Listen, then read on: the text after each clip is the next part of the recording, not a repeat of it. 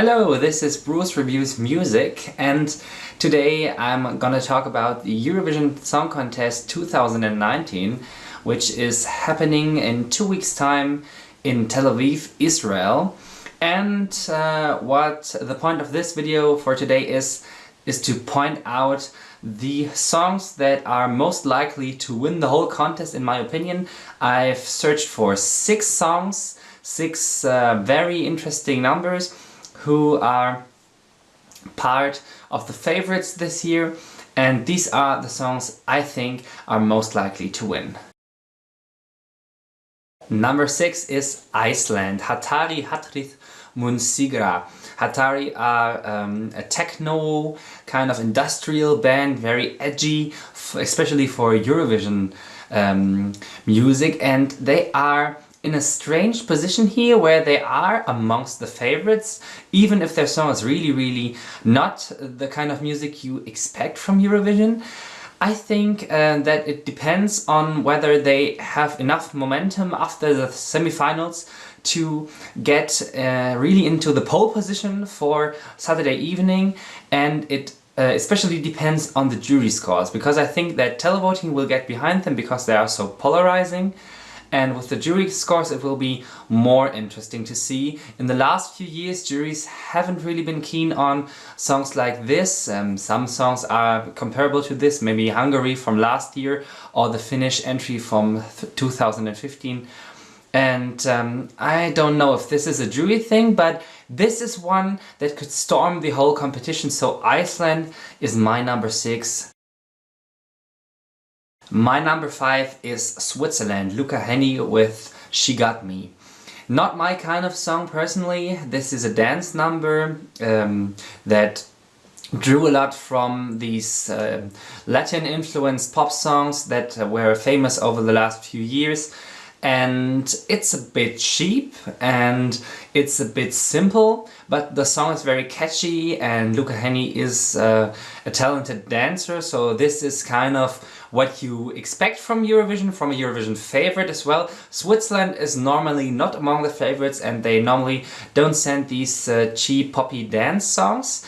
It will be interesting to see if they are able to bring such a song to the Eurovision stage and success there. But I think this might be one of the televoting favorites. I personally hope that juries will weigh the score down a little bit, but they are never reliable in weighing down more cheaper side songs, so this could be one of the favorites as well. Switzerland, my personal number 5 for winning Eurovision this year. My number 4 this year is Sweden, John Lundvik with Too Late for Love. This is a gospel-y pop song with kind of a dance beat for 2/3 of the song. It's an okay song, it's not that inventive, it's not that risky in my opinion, but I think that Sweden is always able to bring these songs to the stage so that they are very jury friendly, that they have a competent look to them and competent sound. He's a great singer, and I think this most likely will be the jury winner or second place with the juries looking at the results from the last few years. It comes to my mind that the juries often reward these kind of bland but well executed songs, so this might be one to watch. I think that the televoting will maybe stop this from winning the whole contest, but it depends on John Lundvik himself, if he has enough charisma to deliver this song to the televoting public as well. My number 4, Sweden. My number 3 is Italy, Mahmood with Soldi. This is an interesting song, one of my personal favorites for this year, because it's an alternative contemporary R&B song with a lot of interesting elements to spice it up, with Arabic pop and Italian pop music flavor added to it. So this is a modern song, this is a great song, the singer is very charismatic, very interesting character there.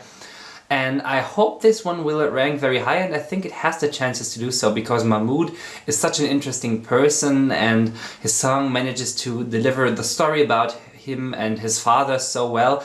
So I think this could land very well with the televoting. Considering the results from the last few years, one can say that the Italian songs never did that well with the juries. I hope and I think that this year it will be a different story. So Italy is definitely one to watch when it comes to winning Eurovision this year. My number 3. My number 2 for winning this year's Eurovision Song Contest is Russia, Sergei Lazarev with Scream. And this is an interesting one because Sergei was in the contest in 2016 where he was very successful, 3rd place, and he almost snapped the victory because of the televoting result. He won the televote, and I think he might win the televote again this year because of the very strong Russian diaspora and his kind of very captivating performance style, very big and grandiose kind of staging. And last time he had a Europop number that was not that high with the juries. This time he's leaning more into soundtrack territory. It's an epic ballad, and this might be more of a thing for the juries because he can showcase his voice better this time. I think it depends on the jury score very much with this one. Will he have enough of a lead with the televoting to compensate a probably worse jury result? This is interesting. I think it's between him and the next one. And the next one is my number 1 for winning Eurovision this year. It's the Netherlands with Duncan Lawrence and Arcade. This is a pop ballad, a very low-key song with a bit of an indie vibe, very high falsetto voice in some parts of the song. A beautiful song, not that inventive or explorative, not very progressive, but that's not that big of a deal. I think this song might come second with both the jury and the televoting, as Jamala did in 2016, because there are some songs, as I pointed out earlier, that I think are more likely to win each of the both parts of the voting, but this might succeed all over the board with a lot of 7, 8s, 10s, and a lot of support from Western Europe, of course. The Netherlands are a country that most of Western Europeans are happy to vote for, as we saw especially in 2014. So it's interesting this year. This song is a fan favorite, and I think that a lot of people are interested to see this one on stage. I think it will concentrate more on the music, as Duncan Lawrence has said, over the last few weeks. And it will be interesting to see if any song can push from behind and take over the lead comes Saturday. So these are the 6 songs that I think are the most likely to win Eurovision this year. What is your opinion? Which song do you think will win? Is there a song that I haven't even talked about that you think has a better chance of overtaking these? Write it down in the comments and tell me what you think about this year's Eurovision Song Contest. Who are your favorites? This is Bruce Reviews Music. Bye.